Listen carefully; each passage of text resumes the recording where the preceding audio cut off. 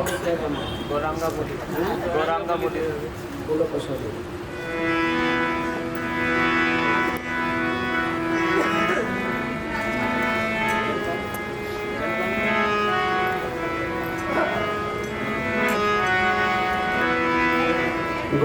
গৌরাঙ্গ বলিতে হবে পুলক শরীর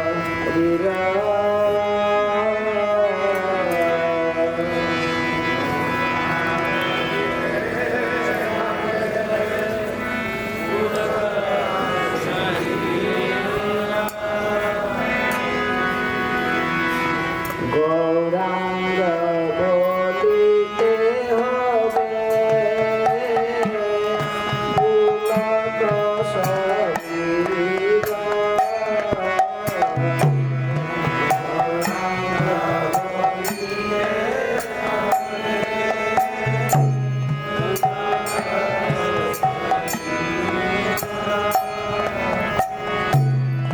হরি হরি বলিতে না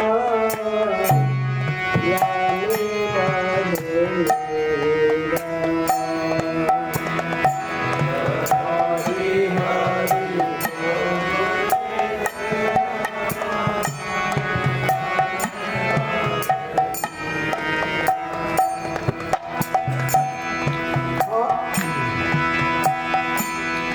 গৌরাঙ্গ বলিতে হবে পুলক শরীর হরি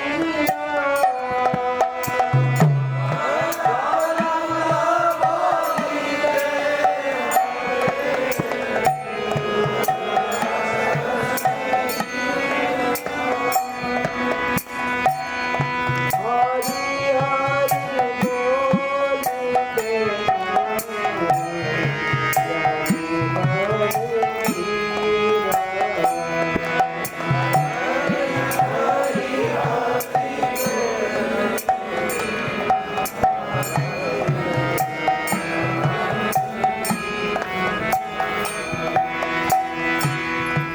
আর কবে তাই চলে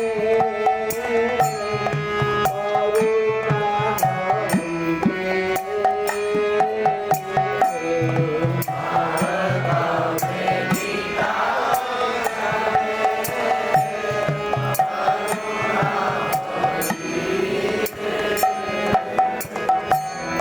সংসার বাসনা মোর মনে তুচ্ছ হবে সংসার বাসনা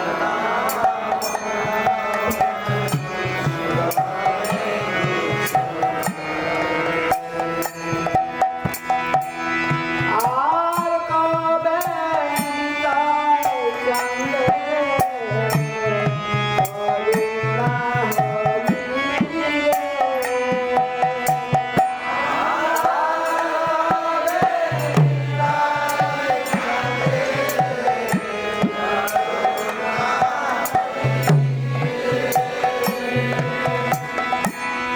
সংসার বাসনা মোর তুচ্ছ হবে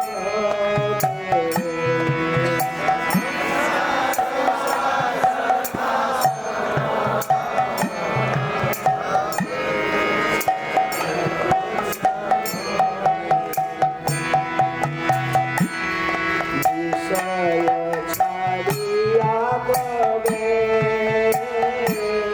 শুদ্ধ হবে মন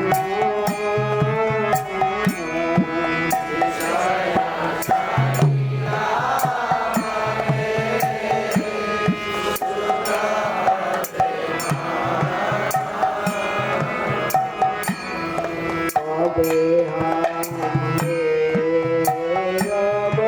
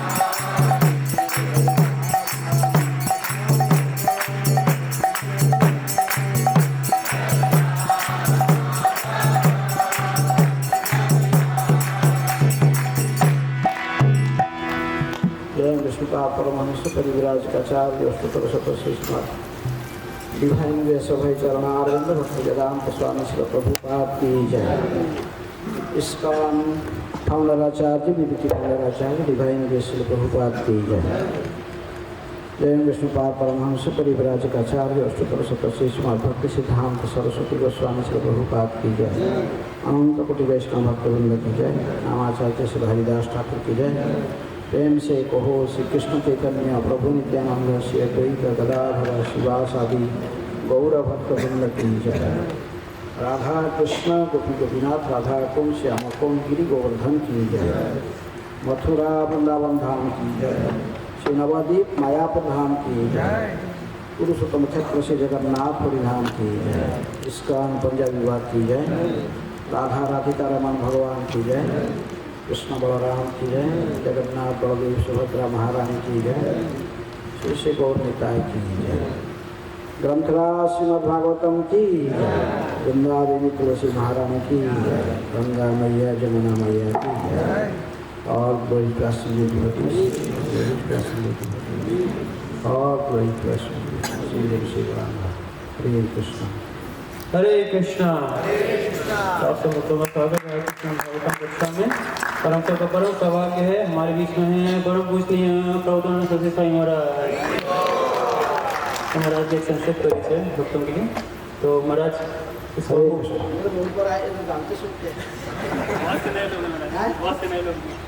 क्या हरे कृष्णा। टाइम बहुत चला गया। मैं स्कल के सन्यासी हूँ।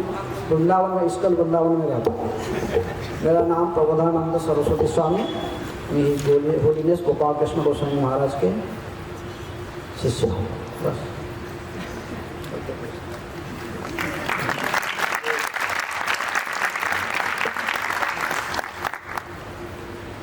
ओम नमो भगवते वासुदेवाय।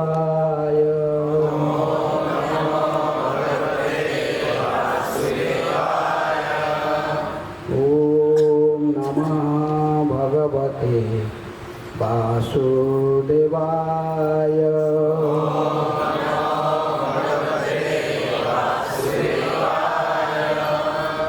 ओम नमः भगवते वासुदेवाय।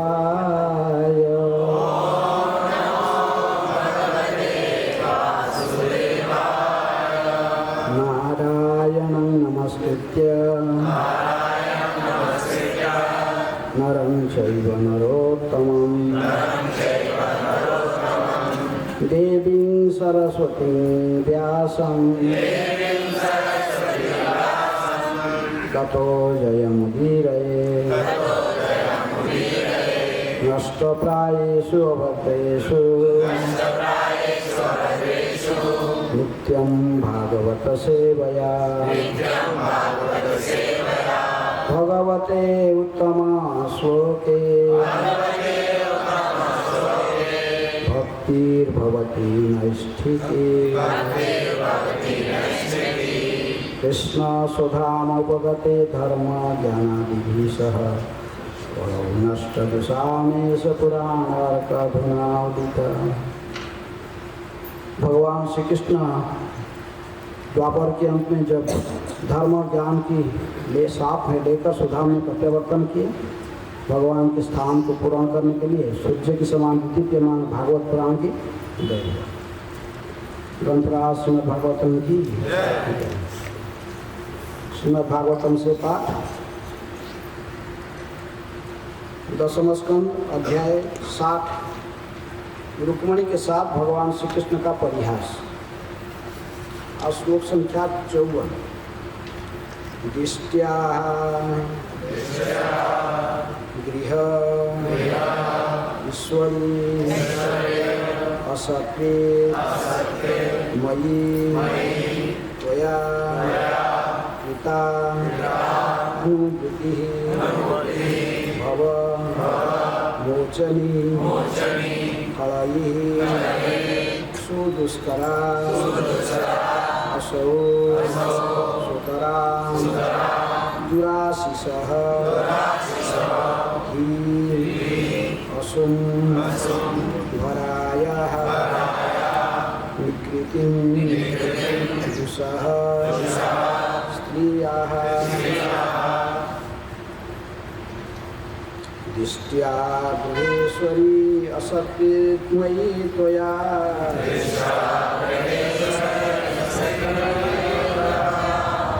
कृतानुमृतिर्भवमोचनी खलरी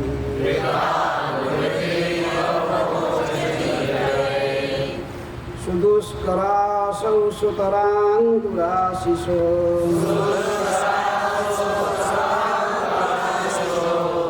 हीयशृङ्भराया निकृतिं जुषहस्त्रियः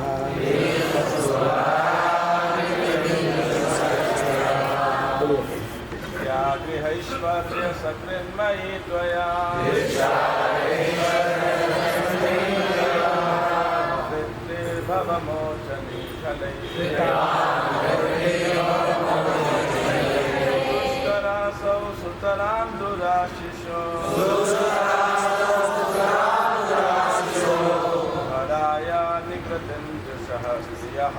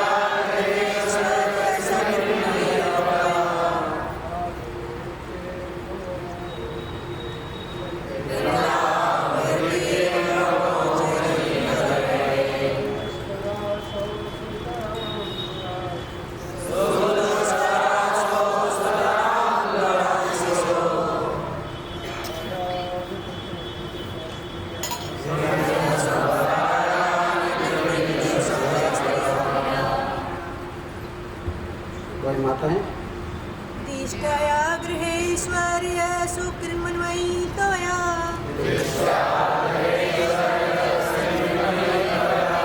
कृतानुवर्तिर्भवमोचनी खलेः सुदुष्करासो सुतरां दुराशिषो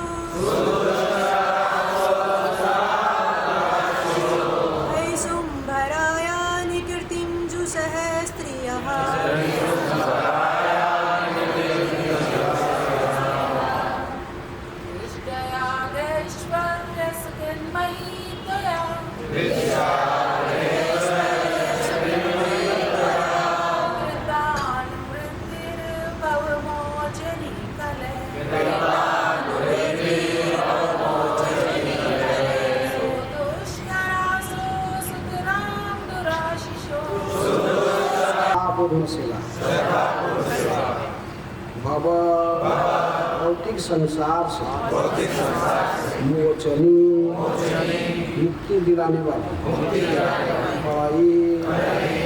ईर्षालुओं के लिए सुदुष्करा करना अत्यंत कठिन असौ यह सुतरा विशेष रूप से दुष्ट मनोभाव वाले निसंदेह असुम उसका प्राण हराया जो एकमात्र पान करती है निकृतिम छलावा दुसह लिप्त स्त्री के लिए अनुवाद तथा तात्पर्य श्री प्रभुपाद जी के शिष्यों के द्वारा अनुवाद। हे गृह स्वामिनी, सौभाग्यवश तुमने मेरी श्रद्धापूर्वक भक्तिमयी सेवा की है जो मनुष्य को भौतिक अस्तित्व से मुक्त कराती है। ईर्षालु के लिए यह सेवा करना अत्यंत कठिन है, विशेषतया उस स्त्री के लिए जिसके मनोभाव दूषित है और जो केवल अपनी शारीरिक क्षुधा शांत करने हेतु ही जीवित है। और जो छल छद्मों में लिप्त रहती है। कृपया दोहराइए। हे गृह स्वामिनी, सौभाग्यवश तुमने मेरी श्रद्धापूर्वक भक्तिमयी सेवा की है, जो मनुष्य को भौतिक अस्तित्व से मुक्त कराती है।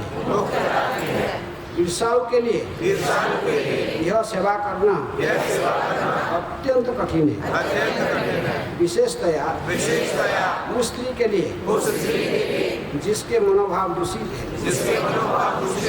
और जो केवल अपनी शारीरिक क्षुधा शांत करने हेतु ही जीवित है और जो छल छद्मों में लिप्त रहती है।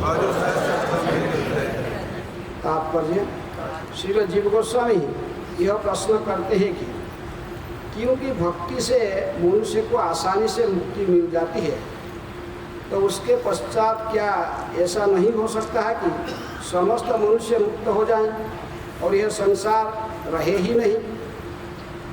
वे इसका उत्तर देते हैं कि ऐसा कोई खतरा नहीं है, क्योंकि ईर्षालु छल छद्ममय विषयी मनुष्य के लिए पूर्ण पुरुषोत्तम भगवान के श्रद्धापूर्वक सेवा कर पाना बहुत कठिन है और संसार में ऐसे मनुष्यों की कोई कमी नहीं है।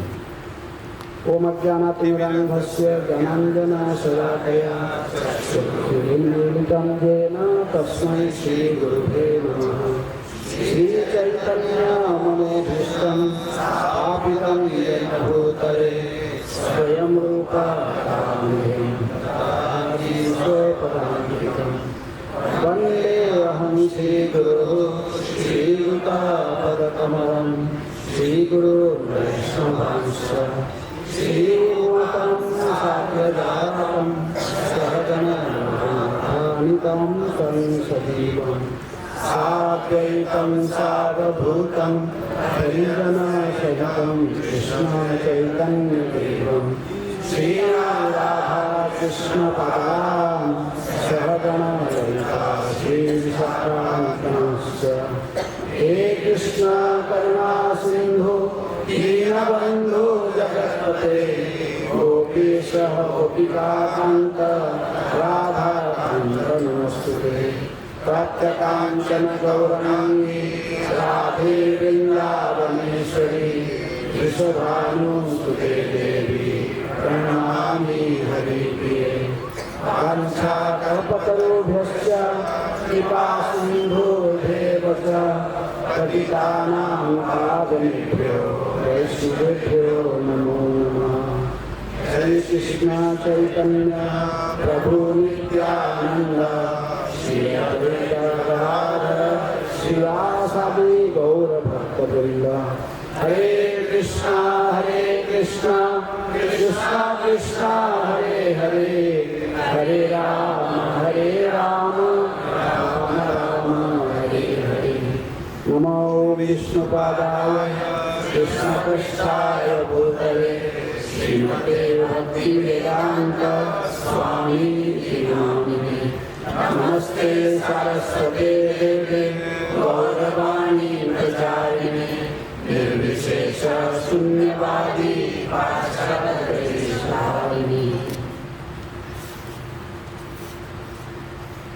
दिष्ट्या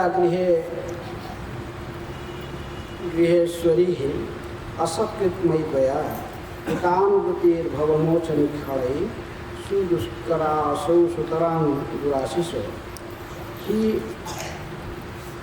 अशुभराया निकृतिं दुःशास्त्रिया। हे गृहस्वामिनी, सौभाग्यवश तुमने मेरी श्रद्धापूर्वक भक्तिमयी सेवा की है, जो मनुष्य को भौतिक अस्तित्व से मुक्त कराती है। ईर्षाओं के लिए यह सेवा करना अत्यंत कठिन है, विशेषतया उस स्त्री के लिए जिसके मनोभाव दूषित है और जो केवल अपनी शारीरिक क्षुधा शांत करने हेतु ही जीवित है और जो छल छद्मों में लिप्त रहती है।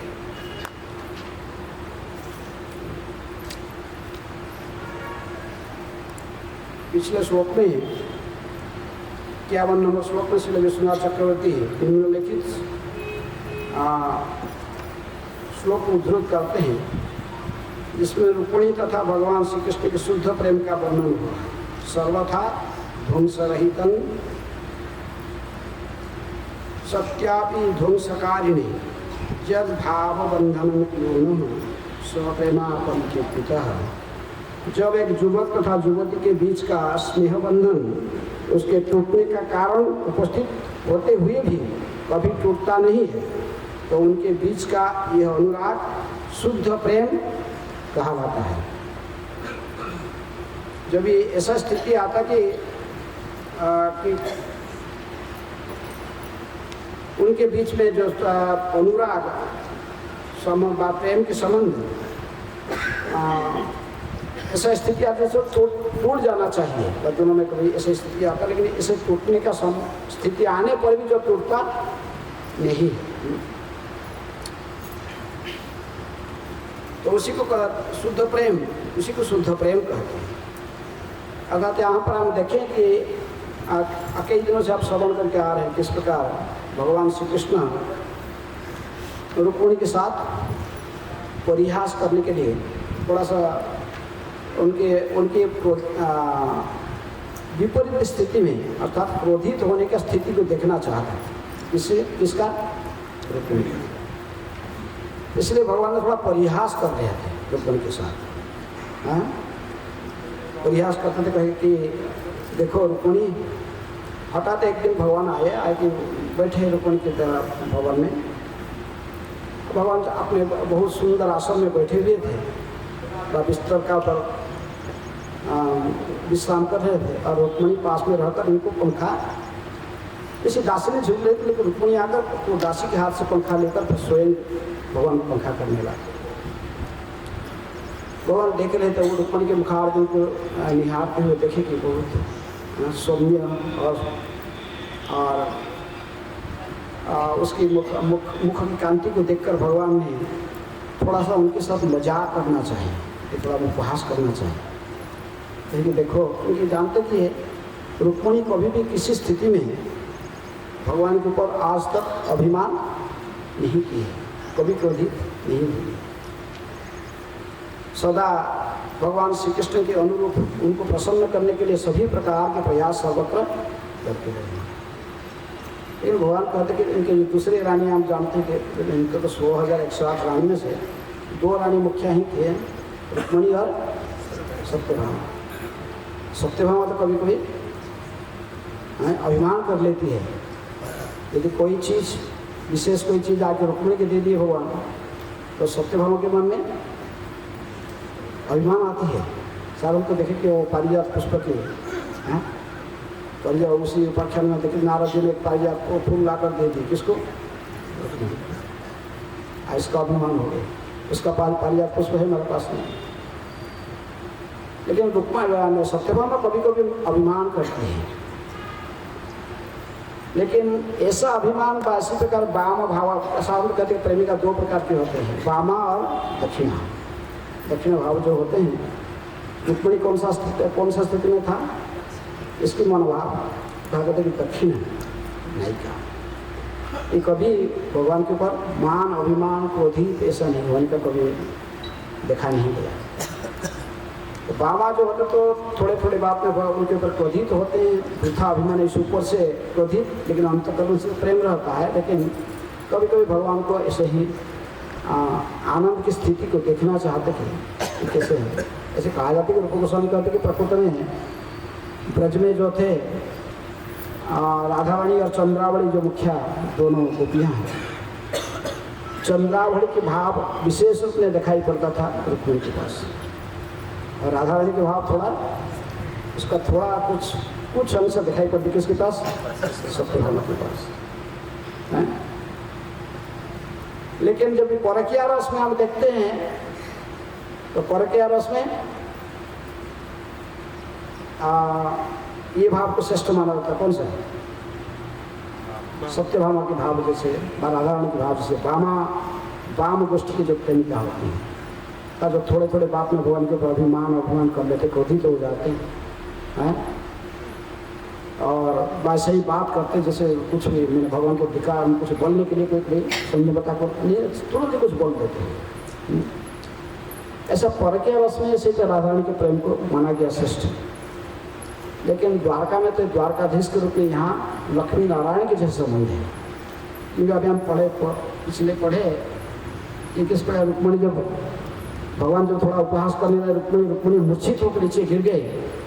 भगवान जब इनको उठाने के लिए प्रयास किए, कितने हाथ हो गए? 4 हाथ हो गए। नारायण रूप में प्रकट होकर हम 4 हाथ में उठे। लेकिन ऐसा स्थिति ब्रज में कभी नहीं हुआ। ब्रज में भगवान ने 4 हाथ को प्रकट नहीं किए। वहाँ हमेशा कभी 4 हाथ पकड़ करके खड़े थे इनको धोखा देने के लिए गोपियों को जब भगवान हठात गोपियों के बीच से अंतर्ध्यान होकर नारायण रूप धारण करके खड़े हुए। अब तब गोपियाँ लोग ने फिर देखे कि उनको नारायण देखकर तो उनको प्रणाम किए, लेकिन इनको कोई भी इंटरेस्ट नहीं था। किससे? भगवान नारायण से। उनके पूछे कि आप हमें कृष्ण को देखे, अब तो भगवान है, सब कुछ जानते हैं, हमारे कृष्ण इस रास्ते में गए। भगवान मुस्कुराए, लेकिन कुछ मांगे नहीं। भगवान कृष्ण के बारे में पूछे, लेकिन भगवान जो भी खड़े थे ऐसे ही। और लास्ट में राधा रानी आई। राधा रानी ने आकर देख कर राधा रानी को देखे तो ये और कोई प्रयास करने पर भी नारायण के रूप में खड़े होने के लिए खड़ा नहीं हो पाता, तुरंत ही द्विभुज हो गए। तुरंत द्विभुज और मुरली धारण करके बस। तो ये ब्रज की भाव में राधा रानी के भाव प्रेम को श्रेष्ठ माना जाता है। परकीय भावे जहाँ ब्रजते प्रचार। लेकिन द्वारका के भाव तो अलग, यहाँ लक्ष्मी नारायण की चिंतन है। वो परकीय रस है, इधर सुखिया पति पत्नी के संबंध है। तो इसलिए यहाँ पर हम द्वारका में जो देखेंगे तो द्वारका में रुक्मणी की जो भाव है भगवान के प्रति, या चंद्रावली के जिसे कहते हैं, एक प्रकार का रूप गोस्वामी ने अपने नाटक विद्युत माधव ललित माधव नाटक लिखे, उसमें से कहते हैं कि वही ब्रज में जो राधा रानी और चंद्रावली थे वही द्वारका में आकर क्या बने? रुक्मणी सत्यभामा। वो बड़ा कहानी है, बड़ा लिखे है। तो इसलिए रुक्मणी का जो भाव चंद्रावली का था होने पर भी ये सुखिया रस में ये श्रेष्ठ माना जाता था। रुक्मणी सदा अनुगता रहती थी भगवान की। भगवान जैसे चाहते थे ऐसे ही वो करते थे। भगवान के अनुरूप सभी कार्यकलाप वो ऐसा ही था जैसे भगवान प्रसन्न हो। भगवान के मन में किसी प्रकार के असंतुष्टि को जैसे न हो। भगवान सदा संतुष्ट रहे, प्रसन्न रहे, तो ऐसी भावना लेकर सेवा करें। लेकिन यहाँ में देखेंगे किस प्रकार भगवान ने थोड़ा सा चाहते थे कि इनसे भी जैसे भाव सत्यभामा के पास में प्रकट होती है, ऐसे भाव भी थोड़ा इनके पास प्रकट हो जाए। किसके पास? रुक्मणी के पास। ये थोड़ी नाराज रहे और कुछ खरे खरे बात ऐसे ही कहे हैं, उसको आनंद लेना चाहते भगवान, ऐसे बात। लेकिन ये तो ऐसे थोड़े से कहने लगे कि देखो अरे राजकुमारी, तुम मुझे कैसे चुन लिया अपने पति रूप में? तुम्हारे को तो पति रूप में तुमको अपने संगिनी रूप में, नित्य संगिनी रूप में चाहते थे। कौन? शिशुपाल चाहता था। तुम्हारा भाई भी इसमें सम्मत किया था। रुक्मिणी ने इच्छा, रुक्मिणी का भी। इसकी अलावा वो कितने सारे जरासंध आदि सारे पौंडरक आदि सारे सभी कितने महान महान वीर थे। मैं तो ऐसा ही उसका भय से, जरासंध की भय से आकर कहाँ समुद्र के बीच में एक पूरा ऐसे अपने कुटिया बना कर रहा हूँ, इसके अंदर महल बनाया। और इतने सारे योग्य व्यक्ति, वो लोग तो राजा के घर में जन्म लिए, महाराज, राजा महाराज के रूप में उनकी ख्याति है। तो मैं तो ऐसे गाय चराता था, वो बचपन में भी गाय भी चराया, ग्वाला के रूप में। मैं तो क्षत्रिय के घर में कहाँ जन्म लिया, भी मेरे कोई ठिकाना नहीं है। और ऐसा ही मैं व्यक्ति को तुम कैसा चुन लिया? गाय चलाने वाला ऐसे ही मेरे पति रूप में चुना। लगता है तो बहुत बड़ा मिस्टेक किया है यार। मैं तो ऐसा ही, जो लोगों के पास कुछ नहीं होता उनका ही वही लोग मुझे पूजा करते हैं। मुझे के लोग दीनबंधु कहते हैं, दीननाथ कहते हैं। ये तो गरीबों की ऐसा ही, जिसके निस्व लोग की ही सहायक होता हूँ। और मेरे पास मेरे कोई आसक्ति नहीं, किसका प्रति मेरा आसक्ति भी नहीं होता है। मैं संसार अनासक्त होकर रहता हूँ। सब लोग मेरे लिए समान है, इसलिए तुमको तो मैं अधिक प्रेम नहीं कर सकता। मैं तो सबके लिए समहम सर्वभूतेषु। अब तुमने मुझे कैसे चुन लिया पति रूप में? मिस्टेक है, अभी भी समय है, अभी भी तुम स्वच्छंद है, तुम जा सकते हो कहीं भी, तुमको अवश्य लोग स्वागत करेंगे।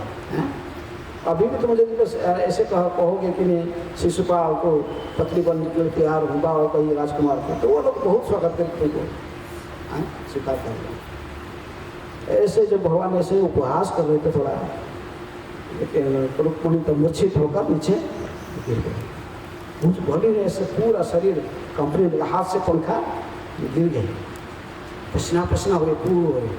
रुक्मिणी सोचते थे कि लग रही मुझे भगवान मुझे त्याग ही देंगे, जरूर कुछ मेरे से कुछ अपराध हुआ होगा, कुछ हुआ। भगवान का कोई छोटी बात दोष को देखना नहीं चाहिए, अपनी छोटी को दोष को देखने के लिए प्रयास करने लगा। सोचे कि कोई ना कोई मेरे से त्रुटि हो गई है, अभी तो मेरे पतिदेव मुझे त्यागने वाले हैं। अब जो मेरे पति के बिना मेरे जीवन का क्या लाभ? स्वयं पे सही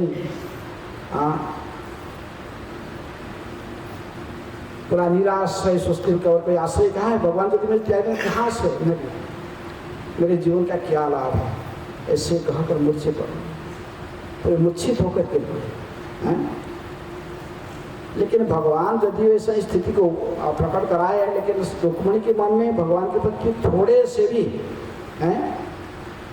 किसी प्रकार की विरुद्ध भाव जागृत नहीं। और जैसे ही पहले सोचते थे इसी प्रकार जीवने मरणे गति नहीं आ किसी स्थिति में वो भगवान श्री कृष्ण को ही अपना प्राणपति के रूप में मानते थे।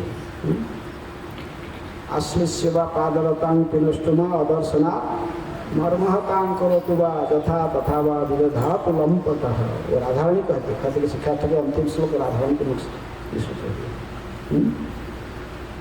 लंपटः मत्प्राणनाथस्तु सएव नाथ। यहाँ हम तो देखेंगे रुक्मिणी के मनोभाव कैसे हैं। किसी भी स्थिति में वो भगवान को त्यागने के लिए तैयार नहीं थे।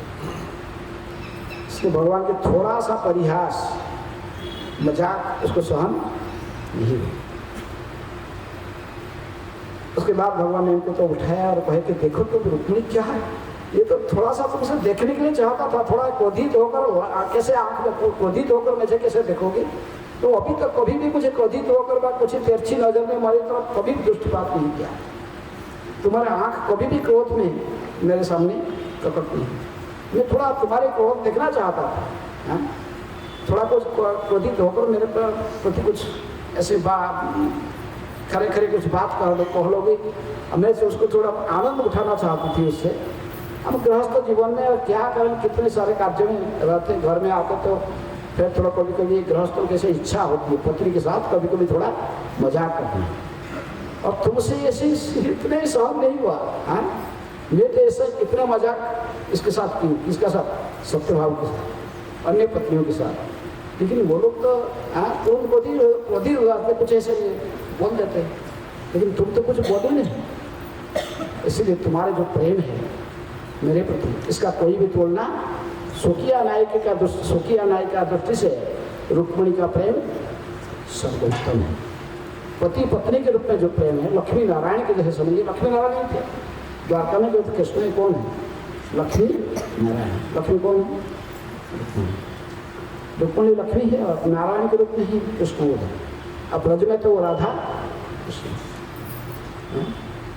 लेकिन भगवान स्वयं रूप में कहाँ रहते हैं?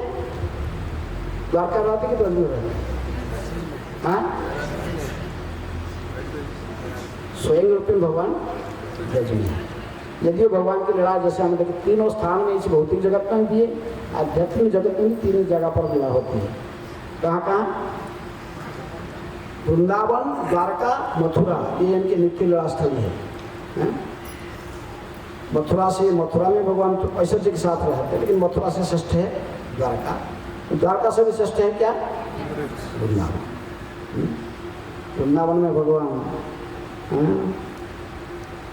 स्वयं रूप में रहते हैं। स्वयं रूपे गोपोवेश आमी गोपो ज्ञान वासुदेव क्षेत्रीय वेश आमी क्षेत्रीय ज्ञान।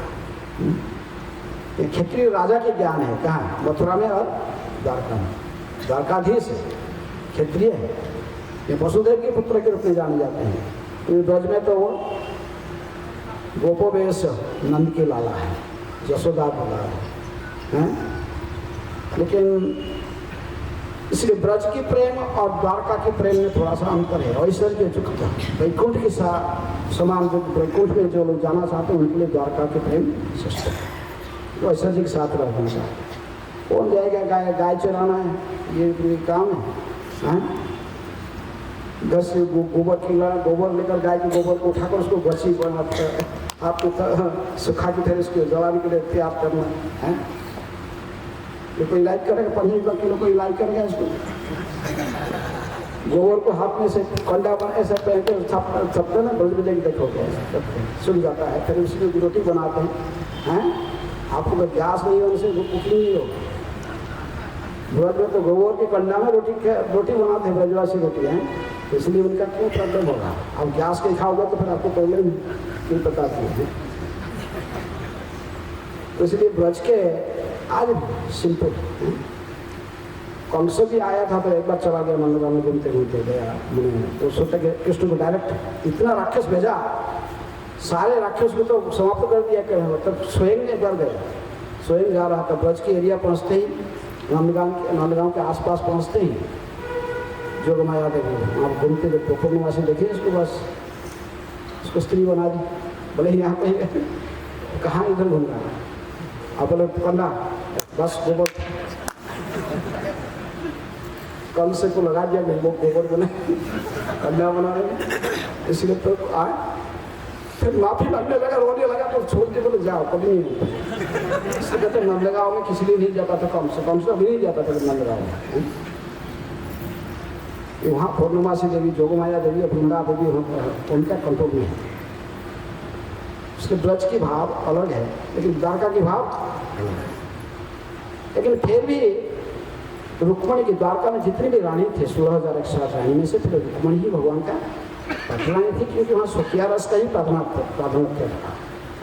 सुखिया रस में पति पत्नी रहती है, सती स्त्री का ही विशेष महत्व है, जो अपने पति के दूसरे के ही इसकी मति नहीं जाए।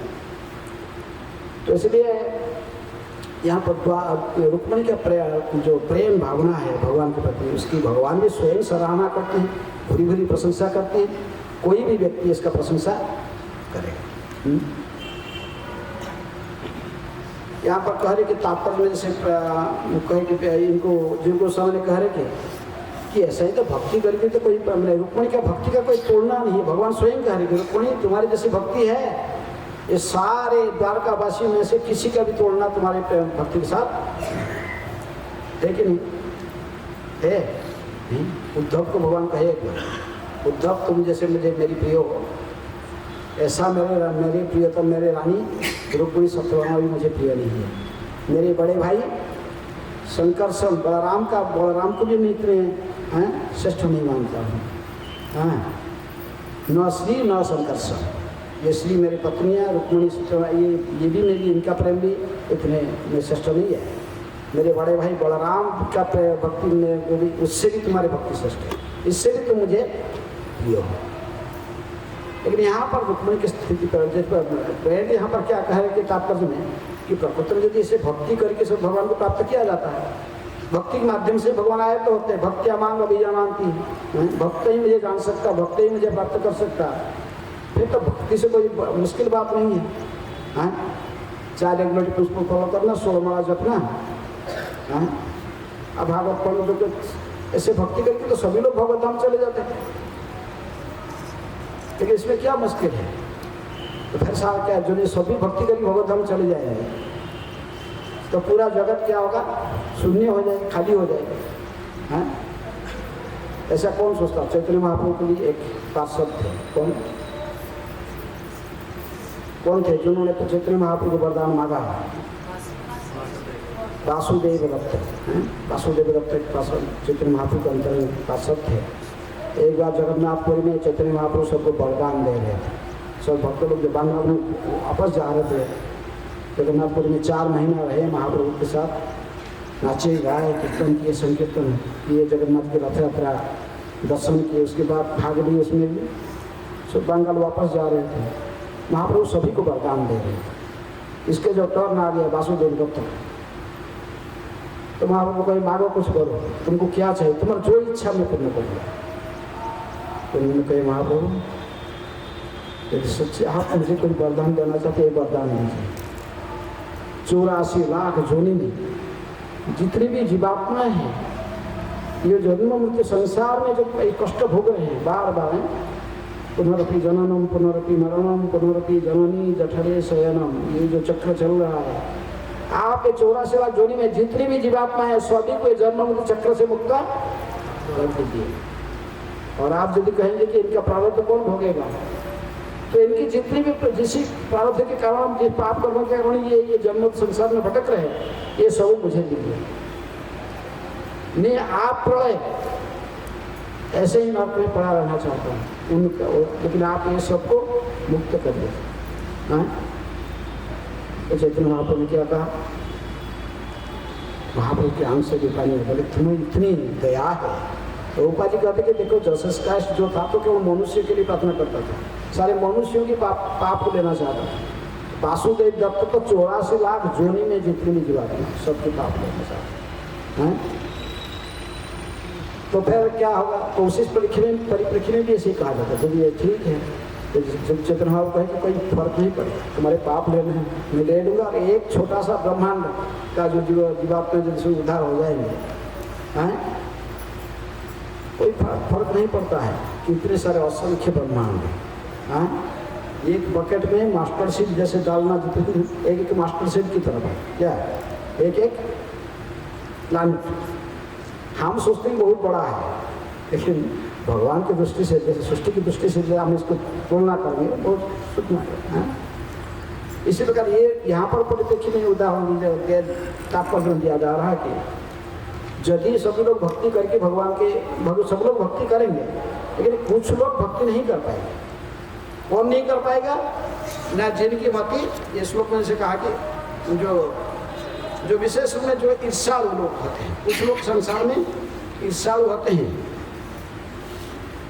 दुराशीष दुष्ट मनोभाव वाले हैं। श्लोक में दुराशीष शब्द आता है, जो दुष्ट मनोभाव वाले हैं। तो ये व्यक्ति जो निष्कृतिम, जो छल करने वाले, छल में लिप्त रहते हैं, जो बुरे दुष्ट मनोभाव वाले रहते हैं, दूसरों को जो ईर्षा करने वाले लोग कहते हैं, ये भगवान की भक्ति नहीं कर पाए। भक्ति सब लोग कर सकते हैं, लेकिन जो ईर्षालु व्यक्ति है, वो भगवान की भक्ति करना संभव नहीं होता है। तो इसलिए कुछ लोग रह जाए पर भी ये नहीं कर पाए, क्योंकि भक्ति का अर्थ कौन करता है, वैष्णव भक्ति करते हैं। वैष्णव का अर्थ क्या है, सिंप्लिसिटी, सरलता ही वैष्णव। जो सिंपल हार्ट है, सरल हृदय है, वो भगवान की भक्ति कर सकता है।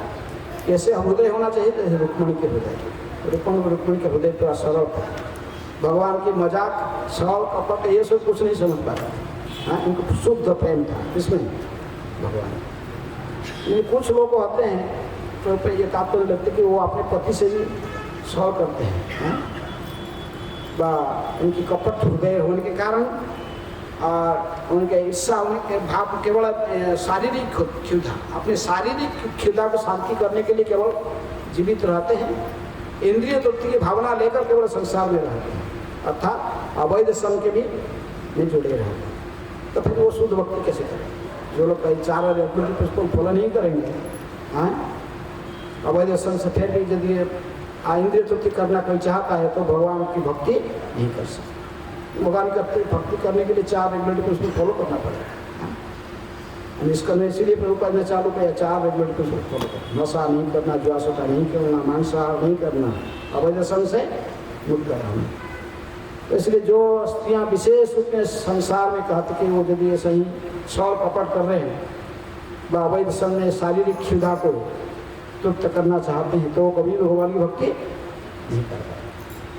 इसमें जो भक्ति करेंगे भगवत धाम जाएंगे, इसमें कोई शंका नहीं है।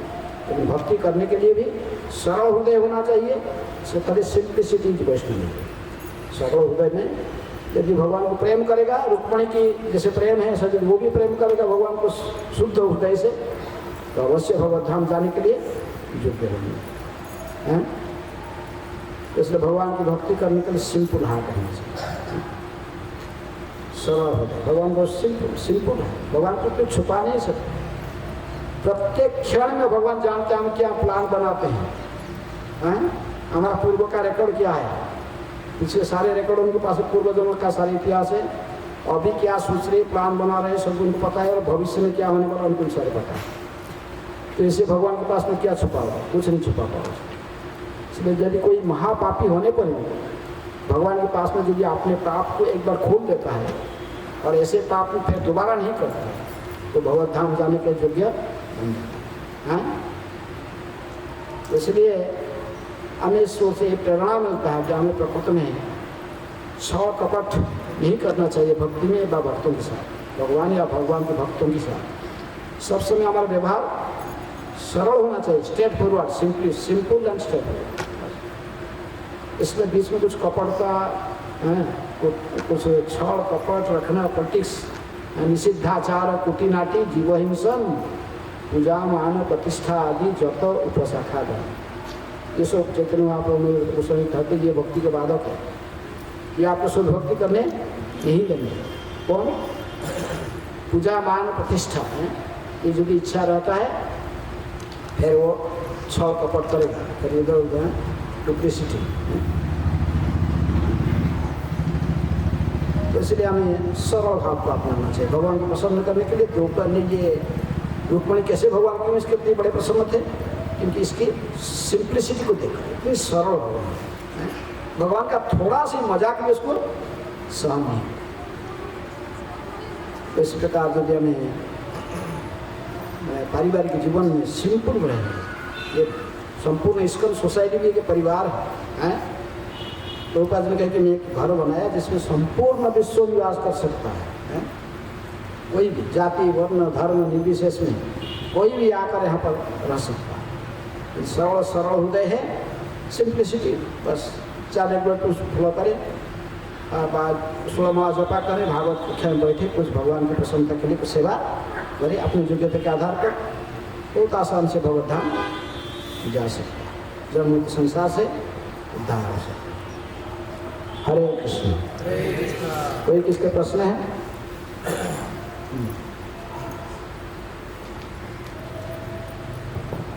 हरे कृष्णा महाराज, प्रश्न तो मेरे काफ़ी निकल के आ रहे हैं, फिर भी आप इजाज़त दे तो 3 प्रश्न करना चाह रहा हूँ मैं। 3 प्रश्न। महाराज एक तो आपका बहुत बहुत धन्यवाद, आप पंजाबी बाग के भक्तों। अरे प्रश्न तो कुछ 3 प्रश्न पुस्तक है, तो ये क्या है? पहला प्रश्न तो यही है। तो एक तो महाराज हम जानना, एक तो आपका जो महाराज मेमोरी बहुत स्ट्रॉन्ग है, बहुत अच्छा लगता है, आपको शास्त्रों का काफ़ी गहन नॉलेज है। एक महाराज मेरा ये प्रश्न था कि आप भक्ति में कैसे आए, परम पूजनीय जो है गोपाल कृष्ण महाराज से कैसे जुड़े, थोड़ा इसके बारे में बताएं ताकि सब भक्तों को पहले क्लास के संबंधित प्रश्न बात है, ठीक है? अभी क्लास के संबंधित कोई प्रश्न है किसको? महाराज जोर भी मेरा। अच्छा महाराज, इसमें जैसे जो भगवान श्री कृष्ण जो है रुक्मिणी से जो है हास प्रयास कर रहे हैं, इस जगह पे श्रीमती राधा रानी होती तो उनका क्या एक्शन होता? राधा रानी होती तो क्या एक्शन होता उनका? राधा रानी द्वारका में नहीं होती है, वृंदावन में होती हो मान लीजिए, राधा रानी होता है, इसको थोड़ी सहन करते हैं। उनका मतलब राधा रानी का क्या जवाब होता है? मतलब वो कैसे एक्शन करती वो? राधा रानी की एक्टिंग आप करना चाहते हैं?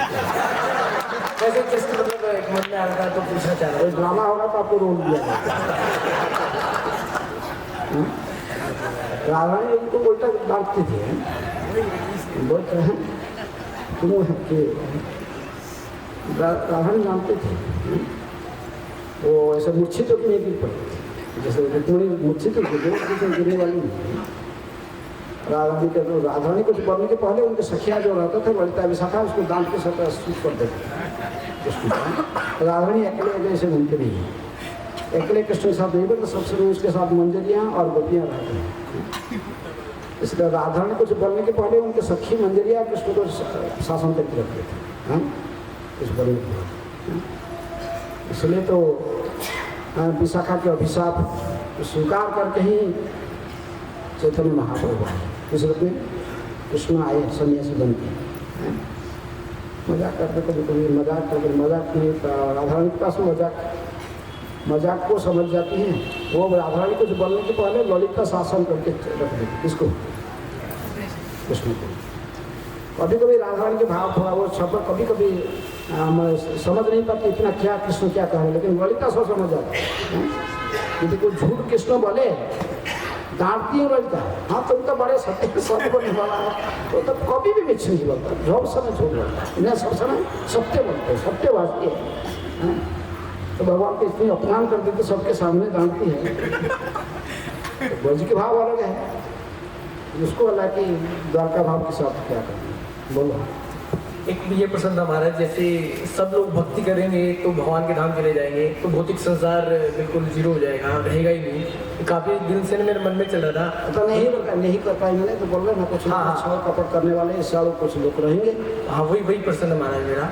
तो महाराज भगवान तो कुछ भी कर सकते हैं, भगवान तो स्वतंत्र है ना, कुछ भी कर सकते हैं, और वो इस सालों व्यक्तियों का ईर्ष्या भी आपको भगवान चैन में बांध देंगे, पैर में लगा के अभी चैन में बांध दिया देंगे, कहीं नहीं जा सकते, यहीं खड़ा होकर। हाँ ऐसा रहेगा कहीं। प्रेम का अर्थ नहीं किसी बांध के रखना, भगवान सबको प्रेम करते हैं, लेकिन प्रेम का अर्थ थोड़ा सा स्वतंत्रता भी है। जैसे महाराज एक पिता होता है और बच्चा स्कूल जाना नहीं चाहता, फिर भी पिता उसको जबरदस्ती स्कूल भेजते हैं, बच्चे की बात नहीं मानते, क्या भगवान ऐसा नहीं कर सकते? घर के खिलाते पिलाते भी रहे तो थोड़ा सा स्वतंत्रता भी देते हैं, क्या करना है करें। नहीं भगवान स्वतंत्रता ना देना, भगवान कहे तो संध्यावत स्कूल में जाना है कि प्रहलाद स्कूल में जाना है, सोचो आप किस में जाना चाहते हैं।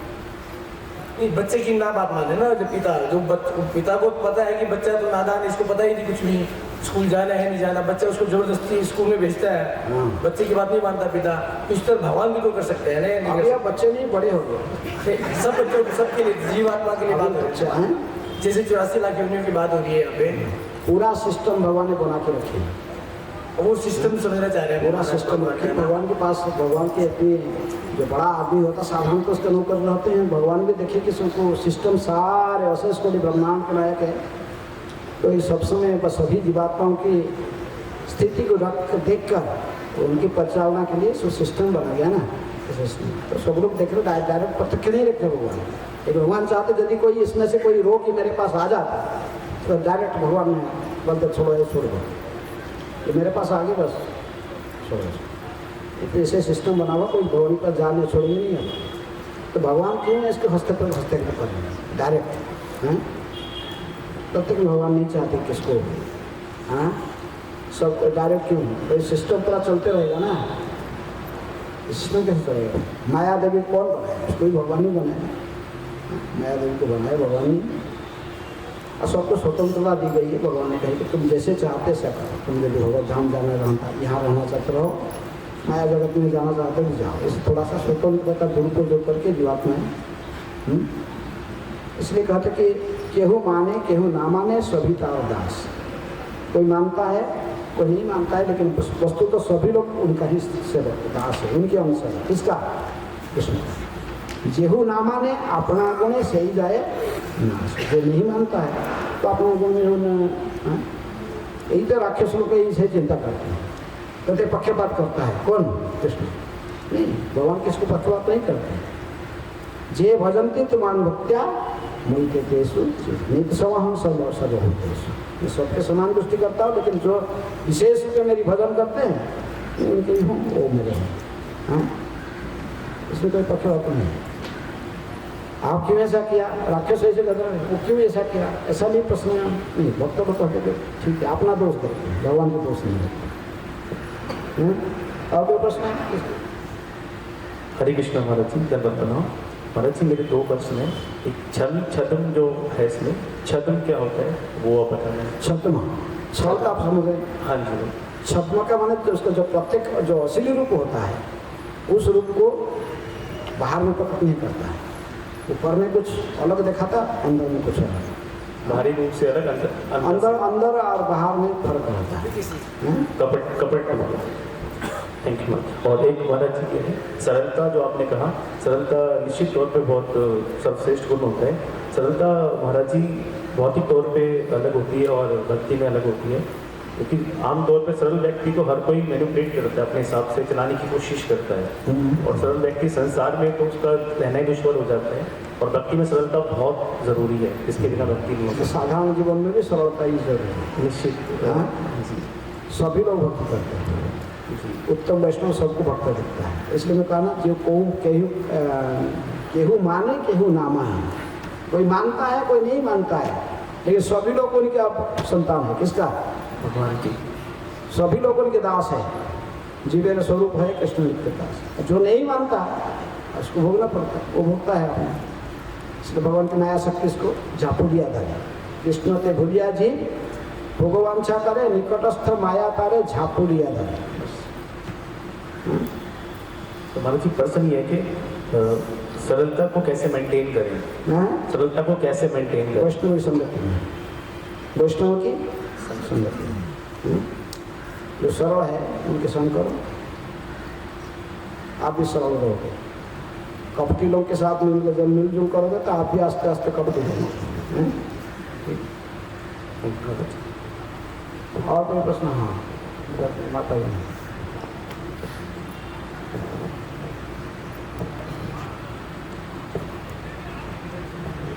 हरे Krishna Maharaj, please accept my humble obeisances। Maharaj जैसे पर्पट में लिखा है, जैसे अभी प्रभु जी ने भी पूछा कि 3 तरह के लोग जो हैं, जो ड्यूबियस होते हैं, एनवियस होते हैं, वो भगवान की, उनमें भगवान के प्रति भक्ति नहीं पैदा होती है। तो हम जो भक्त हैं, हम ऐसा क्या कर सकते हैं कि ऐसे लोगों को भी हम भगवान के प्रति लेकर आए? क्योंकि श्रील प्रभुपाद का जो मिशन है वो ये है कि हर एक जीव डिलीवर हो जाए, यानी कि हर एक जीव का उद्धार हो जाए।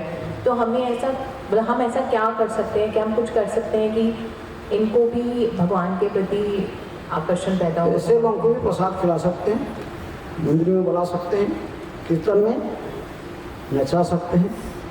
आस्ते आस्ते भगवत प्रसाद खाने से निर्मति सुधरेगा। इसलिए जो कहते कि जैसे नवम अपराध है, अश्रद्धालुओं को हरे कृष्ण महामंत्र की महिमा के बारे में उपदेश नहीं करना। तो इसमें को उपदेश नहीं करना कुछ, लेकिन इनको बुला के ला सकते। कहाँ? फीस्ट में खाने के लिए कुछ दिन सुबह अच्छे प्रसाद है तो प्रसाद खिलाएंगे। नाचो, कृष्ण के भगवान में भक्ति के साथ नाचेंगे, थोड़ा भगवान के नाम उच्चारण करेंगे, आस्ते आस्ते आस्ते आस्ते उनकी मुक्ति शुरू हो जाएगी। और महाराज एक प्रश्न, किसी ना किसी संपर्क, किसी ना किसी उपाय से यदि भक्तों के साथ संपर्क जुड़ जाता है, चाहे प्रतिकूल हो और अनुकूल हो व प्रतिकूल हो, फिर भी उसके जीवन सुधार जाता है। यदि वैष्णव अपराध कोई करता है उसका भी जीवन सुधारता है। बोलता है वो कहानी, हम लोग जो बोलते हैं कि अपना कहानी तो प्रैक्टिकल है। फ्रांस में माता जी थी, वो बूढ़ी शोषण करती थी, इंद्रदुम्न महाराज के विषय में। वो क्या मेट्रो में उठकर करते, जो तो राक्षस पकड़ गया, वो एक व्यक्ति था, तो बस किताब दिखाते हैं, अब इसका छीन लिया गीता, उसका हाथ से पटक देता नीचे, बस बिखर रो के, फिर वो रो के उठाने जाते तो फिर उसको धक्का लगा, गला में निकाल दिया बाहर, चलिए।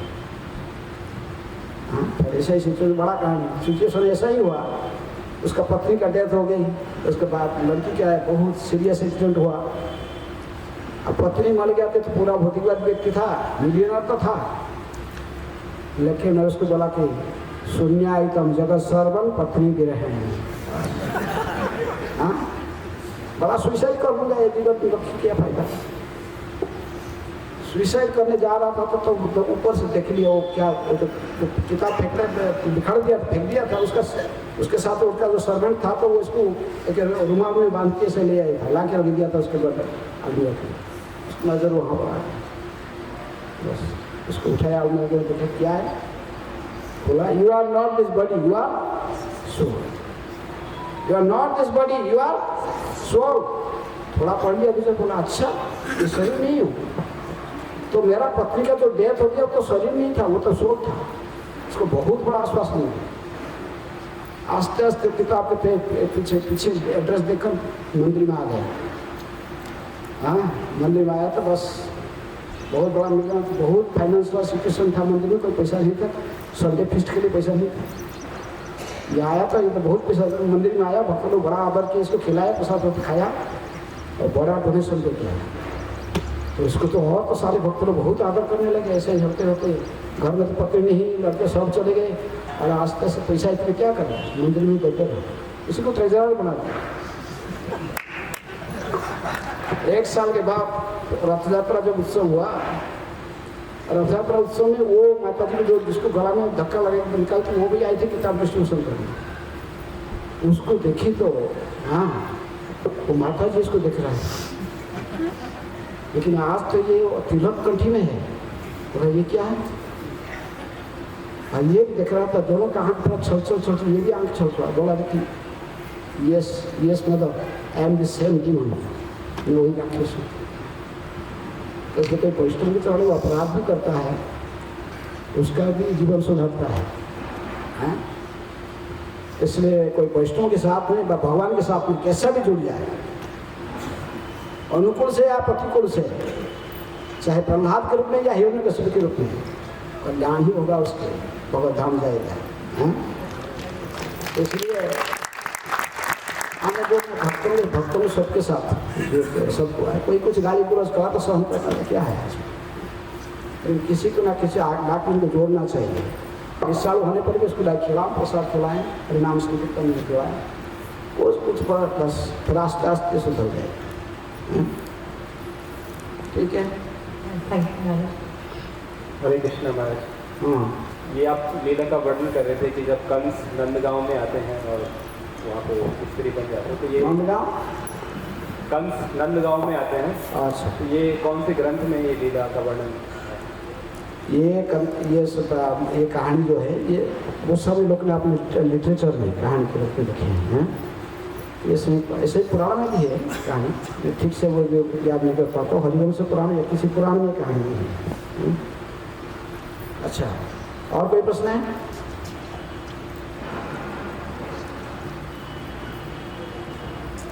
हाँ, पीछे पीछे हाथ उठाओ।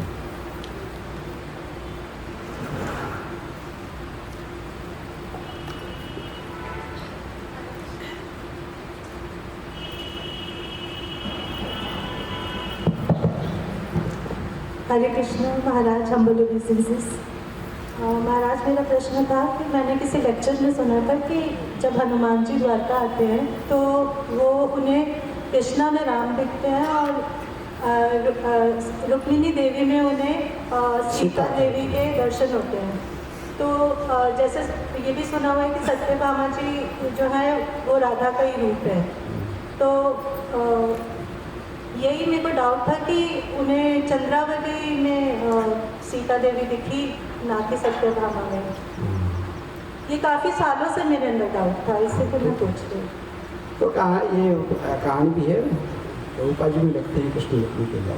तो किस साल पर ये जो ये हनुमान जी की कहानी आता है, हनुमान जी के मैंने विशेष रूप में अहंकार एक बार बन गए कौन द्वारका में, कौन अहंकार आ गया उनके मन में सत्यभामा के रूप में। सोचने लगा कि मैं सबसे प्रियतमा हूँ, भगवान मुझे सबसे ज़्यादा प्यार करते हैं। कौन सोचने लगी? सत्यभामा। और कौन? सुदर्शन भी सोच रहा था कि मैं सबसे बड़ा भक्त हूँ। हाँ, और गरुड़ भी सोचता है कि मैं जितनी गति से क्षिप्र गति से भाग सकता हूँ, मेरे साथ कोई भी नहीं, भगवान सदा मेरे ऊपर बैठते हैं। तो सबकी अहंकार, भगवान कभी किसके अहंकार को सहन नहीं करते, इसलिए उनको भेजे थे कि जाओ थोड़ा गरुड़ को बोले कि बोला के लेके आओ। किसको? तो गया तो हनुमान जी तो अपना भजन कर रहे थे, सिर्फ पड़े थे। वो बोला तो गरुड़ जी बोला, द्वारकाधीश बोला रहे, सुना ही नहीं, कितना कुछ बोलने पड़ गए। फिर वापस से कहाँ मुझे भेज दिया, सुनता ही नहीं है, वो जितनी जो करना हुआ। तो मुझे बोले अरे तुम गलत, तुम बोलना राम जी बोला रहे, राम बोला रहे। बोला तो फिर उठे, बोला आओ तुम बड़े भाग्यवान हो बंदर, बहुत भाग्यवान हो, मैं ऊपर बैठे हूँ, मेरे पीठ में बैठने का सोचो कुछ तो नहीं मिलता है। कौन बोला? वो सुना ही नहीं, बोला नहीं आप जाओ मैं जाऊँगा। बोले जाओ, अरे बैठो, कितनी पटाने पे बैठो बैठो, तुम जहाँ सोचता नहीं कितनी भाग्यवान है, मेरे पीठ में बैठ के मैं तुमको भगवान के साथ ले जाऊँगा है।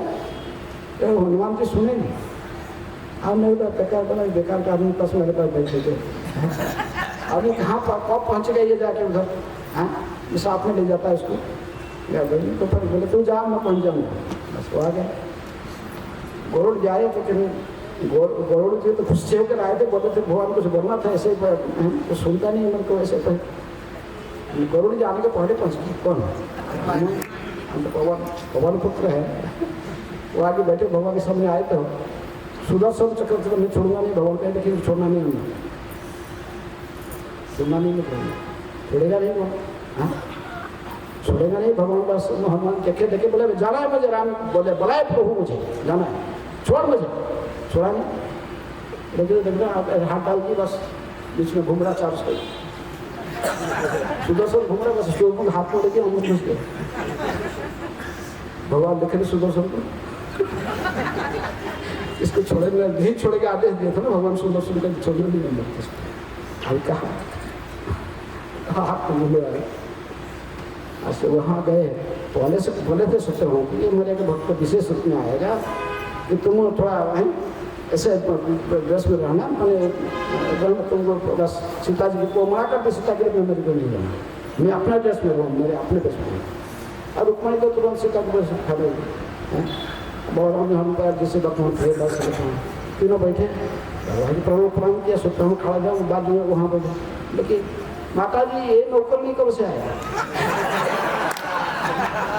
ये नया नौकरनी कब से है, मैंने देखा नहीं इसको कौन। इसलिए भगवान ने तीनों का अहंकार एक साथ में नष्ट किया, किसका तीनों का अहंकार, गरुड़ जी का सोचते थे मेरे से क्षिप्र प्रगति में कोई भागेगा नहीं, और मेरे से कोई, मैं सभी को रुक सकता हूँ, कौन मुझे पाए, तो इसका हम सुदर्शन का भी अहंकार को नष्ट किए, और इसका किसका अहंकार। किसी विशेष स्थिति में भगवान किसी का अहंकार को नष्ट करने के लिए ऐसा ही करते हैं स्थिति, लेकिन ऐसे हमेशा ऐसी स्थिति नहीं होता है, हमेशा है ना कि ऐसा कभी कभी किसी दुश्मन भगवान ने किसी के अहंकार को नष्ट करने के लिए ऐसा ही परिस्थिति लाते हैं। लेकिन ये जो स्वरूप गोस्वामी जैसे लिखे अपने ललित माधव विदर्भ माधव नाटक में जैसे लिखे थे कि 100,000 जो ब्रज की जो गोपियाँ हैं वही 100,000 रानियाँ बनी हैं कृष्ण की हैं, 108 जो विशेष अपना कहते थे वही तो नाटक बनते हैं। राधा रानी के जब कृष्ण चला गए, राधा रानी एक बार इतने विच्छेद भगवान के विच्छेद की इतने सहन नहीं कर पाई, जमुना में प्रवेश कर गई सब शरीर को त्यागने के लिए, जमुना प्रवेश कर, उनके साथ साथ विशाखा भी प्रवेश कर गए। इसलिए विशाखा तो सूर्यनंदिनी है, वो कहते कि नहीं बोलते, इसलिए जमुना और विशाखा की पूजा पद्धति स्तुति स्तोत्र सब एक ही है, इसमें भिन्नता नहीं है। तो इसलिए तो इसको विशाखा ने अपने सूर्यलोक में ले गई, किसको राधा रानी, राधा रानी सूर्यलोक में जाकर रहे, सूर्य देवता पहले सूर्य पूजा करते थे ना, तो अपने पुत्री के समान सूर्यदेव ने राधा रानी के समान सूर्य के पत्नी सूर्यदेव बहुत इनके सम्मान करके राधा रानी के सेवा की। लेकिन इस समय में शक्राजित ने सूर्यदेव की पूजा की, तो शक्राजित को फिर भगवान ने सूर्यदेव ने वो मणि दिए, कौन सा समंतक मणि, उसके साथ में ही इनको भी दिए, किसको सत्य हमारी राधा रानी थी, वो राधा रानी उनको दिए, कहे कि इसको लेके कृष्ण को देना, भविष्य में कृष्ण का ही रानी बनेगी, ऐसे कहते सूर्य दिए। ऐसे कहानी उसको रूप गोस्वामी लिखते हैं, हो सकता है वो इसी कल्प में हो क्या या अन्य किसी कल्प में हो, लेकिन जो आचार्य लोग लिखते हैं उसमें कोई झूठा नहीं होता। ये केवल इसी कल्प में सब कुछ घटना होता है ऐसा नहीं, यही शास्त्र में जो विरोधाभास देखा जाता है तो अन्य किसी कल्प में ये संघटित होता है। ब्रह्मा केवल इसी कल्प, ये केवल इसी, इनका भी परमायु समाप्त हो जाता तो फिर दूसरा ब्रह्मा आते हैं, तो उसमें इसलिए शास्त्र की कई जगह पर विरोधाभास देखने पर भी उसको हमें किसका सही किसका गलत ऐसा नहीं कहेंगे कि कल्प भेद से ऐसी घटना संघटित होती है। ठीक है, और कोई प्रश्न है किसकी? कृष्ण महाराज, तो मतलब कि हम कह सकते हैं कि चंद्रावली ही सीता देवी है, इसका मतलब, या फिर राधा रानी ही सीता देवी है, या दोनों ही हैं? सीता देवी साकेत में रहती है, राधा रानी गोलोक में रहती है। गोलोक और ऐसे यदि फिलोसॉफिकल दृष्टि गौड़ीय दर्शन की दृष्टि से आप विचार करोगे तो राधा रानी सीता सीता है। सभी का उत्स है राधा रानी, सभी लक्ष्मी, जितनी भी लक्ष्मियाँ सभी उत्पन्न होती कैसे? राधा रानी से। सीता जो रहती है साकेत में, गोलोक वृंदावन के मैप देखोगे तो गोलोक के ऊपर से, वही गोलोक के नीचे एरिया में वहाँ साकेत धाम है। सीताराम साकेत में रहते, बृहद भागवता में पढ़ोगे तो देखोगे साकेत धाम कहाँ रहती है, अयोध्या कहाँ होती है, गोलोक कहाँ होती है? तो राधा रानी राधा है, राधा रानी है, सीता देवी है, लक्ष्मी है, अशेष वैकुंठ है और अशेष लक्ष्मियाँ हैं। लक्ष्मी सहस्र सपसम ब्रह्म सद्यमान गोविंदम आदि पुरुषम महान भजा। तो इसलिए हमें किसी को किसका साथ, ये राधा रानी सीता रानी ऐसा करें, जो है वो जो है। ठीक है महाराज। ओके। और हाँ लाइट ओके।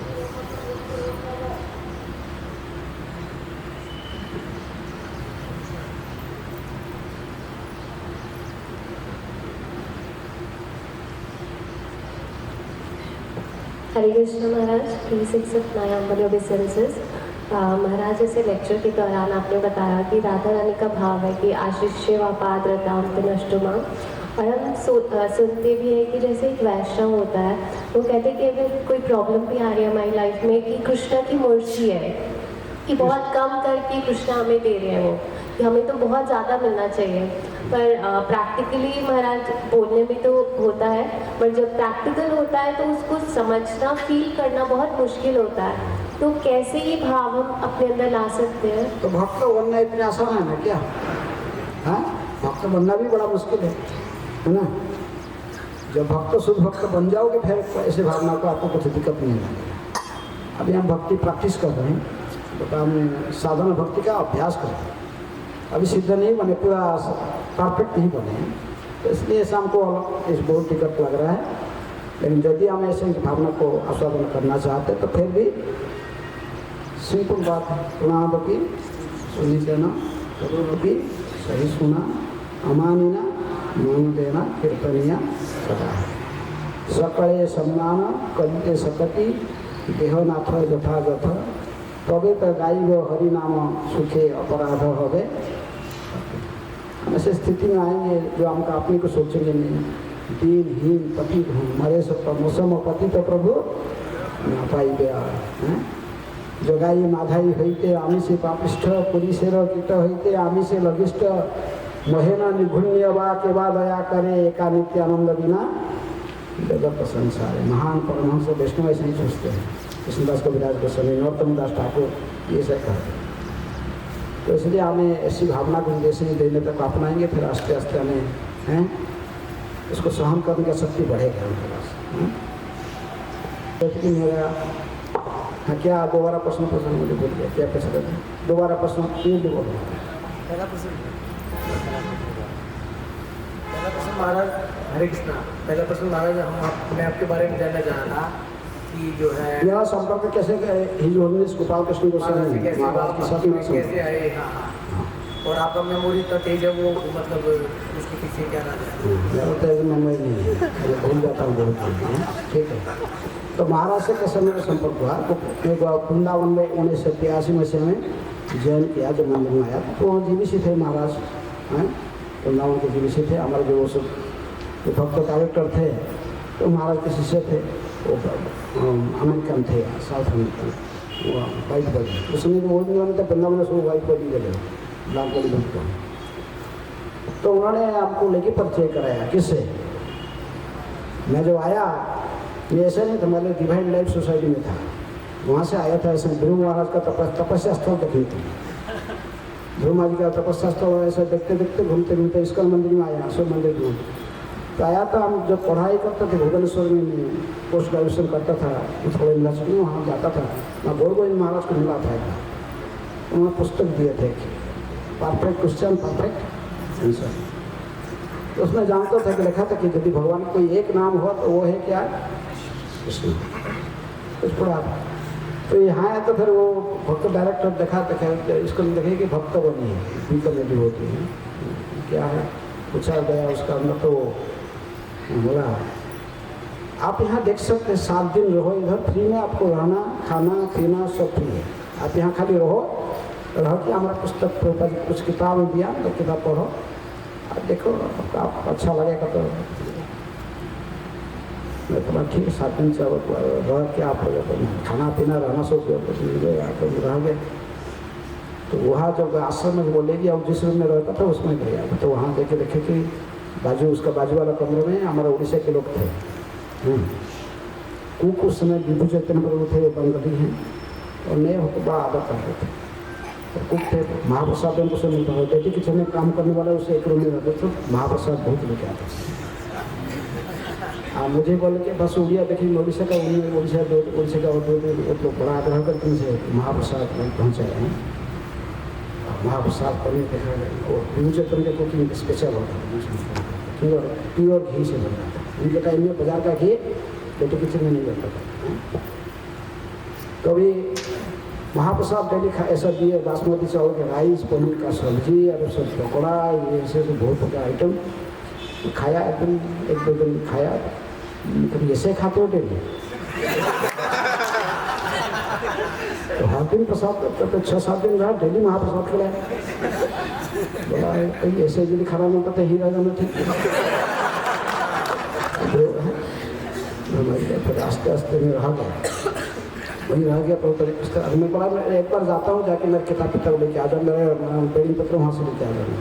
तो बोला कि डर बोल रहे हैं जान को जरूरत क्या चाहिए आपको, जो चाहिए ये जान तो समझ गया, जाने नहीं दिया। और बोला जो जरूरत मेरे को धोती कुर्ता पुस्तक जो दे दिया। और मैं उसे रहा आस्ते आस्ते हमारे गुरु महाराज आए और उसमें महाराज आए थे। तो ये हमारे मेरे भक्त तो नहीं थे ज़्यादा, तो इन्होंने मुझे लेके महाराज हमारे भक्त डायरेक्ट मिला है महाराज अच्छा स्नेह दिया बहुत बड़ा पीछे बोला। तो भक्त बोला महाराज का रूम थोड़ा झाड़ू फाड़ू को लगा सकते हैं, थोड़ा सफाई कर दो। कोई भक्त मैंने कोई गेस्ट हाउस में इतनी सब करते नहीं थे। आस्ते आस्ते महाराज ने झाड़ू लगाना, बाथरूम भी सफाई कर दिया, सब सफाई करके फिर मुझे कहा कि आप कहीं सेवा करो महाराज के पास। सेवा करते रहा, झाड़ू करें आप बाथरूम भगवान सफाई करके सब रखा। महाप्रसाद का भगवान महाराज का जो अच्छा प्रसाद आता था सब लोग हमारा तो खाने के बाद सारे मुझे मिलता था। आस्ते आस्ते फिर हमारा आसक्ति बढ़ा। फिर मैं वहीं उन दिनों में सन्यासी लोग एक नहीं सोचे थे ये घटना इसको में हो गई थी कि सन्यासी लोग ब्रेकडाउन हो गए थे, तो इसलिए सन्यासी अपने नहीं सोते थे। तो हमारा डॉक्टर बोले कि आप सो जाओ महाराज के साथ। हमारा बड़ा रूम था, महाराज सोते थे, फिर मैं नहीं सोता, वहीं खा पी के वहीं सोता रहता था। हम ही सोता था। फिर रात को 2 बजे उठ के फिर महाराज को लग करके आता था एकदम से। महाराज बोलते थे मुझे तुम जाओ ना, मुझे लग कर दिया आने के आगे सभी को। फिर महाराज लग करके आता था, फिर आगे स्नान करके फिर जाके खुलता था, दिन खुलता था। मैं महाराज को मदद करता था, तुलक लेके रहना है बस, कपड़ा धोना ये सब मेरे काम करता है, सबसे सेवा करता था। आस्ते आस्ते आसक्ति बढ़ा, ऐसे मैंने सेवा किया। फिर क्या हो गया माला वृंदावन में मिल गया और जबकि मैं बैठने के लिए बॉम्बे में गया। 6 महीना के अंदर तो महाराज ने मुझे दोनों दिखाई दे दिए, वाला दिखा। फिर 2008 में महाराज ने मुझे संन्यास दिया। बस 2008 में इसके 5 साल के बाद फिर जनार्दन महाराज वैष्णव महाराज और कई लोग पैसे तो इसलिए महाराज के साथ ऐसे मेडियल से मैंने कोई बड़ा इसका में कोई बड़ा ऐसे मैनेजमेंट की सेवा बा कुछ ऐसे कुछ किया। तो गुरु महाराज को पूछा था दीक्षा के समय में मेरे लिए आपके क्या आदेश है, तो सूर्य महाराज ब्रह्म मुहूर्त में जब तक सुमणि आवर में जब कर ले, और जब तक जब तो कंप्लीट नहीं किया तब तक खाना नहीं पीना नहीं। No eating no. हंस रहे थे, हंसते हुए कहे। मैं पूछा जब क्या मैं राजभर के जब कंप्लीट नहीं किया तो कुछ खाना पीना नहीं, कुछ खाना नहीं कि कुछ पीना भी नहीं। उसका हम पालन करने के लिए अभी तो कोशिश कर रहे हैं। और प्रभुपाद जी कहे कि प्रभुपाद जी की किताब को पढ़ना, प्रभुपाद जी पुस्तकों को पढ़ना और पुस्तकों को वितरण, बस महाराज के आदेश। सुबह में जब पकड़ना है तो प्रभुपाद जी किताबों को पढ़ना, किताबों को बांटना। और तब बाद में फिर मैं संकीर्तन लीडर बना, फिर पुस्तक वितरण करते रहा। वैसे ही आस्ते आस्ते महाराज की कृपा हुई, जो हुआ। बस मैंने कोई ज़्यादा बड़ा कुछ जमींदारी नहीं दिया इसका, लेकिन फिर भी गुरु महाराज जी जमींदारी लेके गए। हाँ कि आप मुझे बोले तुम तो जमींदारी नहीं उठाया है। हाँ इसलिए मैं इस जमींदारी तुमको लेके जा रहा हूँ, इसको ठीक से निभाना है। मेरे दीक्षा गुरु के रूप में इस कम में तुम्हारा नाम डाल दिया, इसलिए सब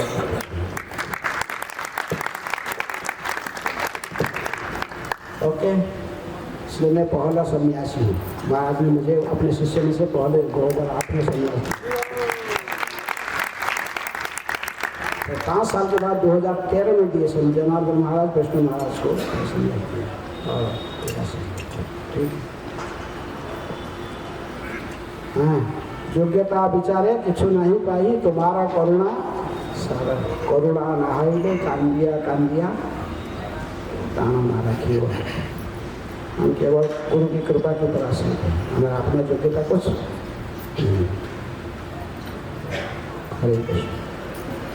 हो गया प्रश्न पूछा और कोई किसके कमेंट? हरे कृष्णा। एक्चुअली महाराज कह रहे हैं कि मैंने कोई जिम्मेदारी नहीं, लेकिन ये महाराज की नम्रता है। महाराज ने बहुत सालों तक इस्कॉन वृंदावन में से जो है बुक डिस्ट्रीब्यूशन पार्टी, जो है ट्रैवलिंग संकीर्तन पार्टी, और अनेक जगह पे जाके पुस्तक वितरण किया था। और महाराज ने 2 साल 24 आवर कीर्तन पार्टी में से इंदिरा प्रभु के साथ में वहाँ पे सेवा किया था। और कई सालों तक, मे भी दशकों तक महाराज जो है वहाँ पे नए भक्तों को प्रशिक्षण दिया करते थे। तो महाराज एक बहुत बड़े स्तंभ हैं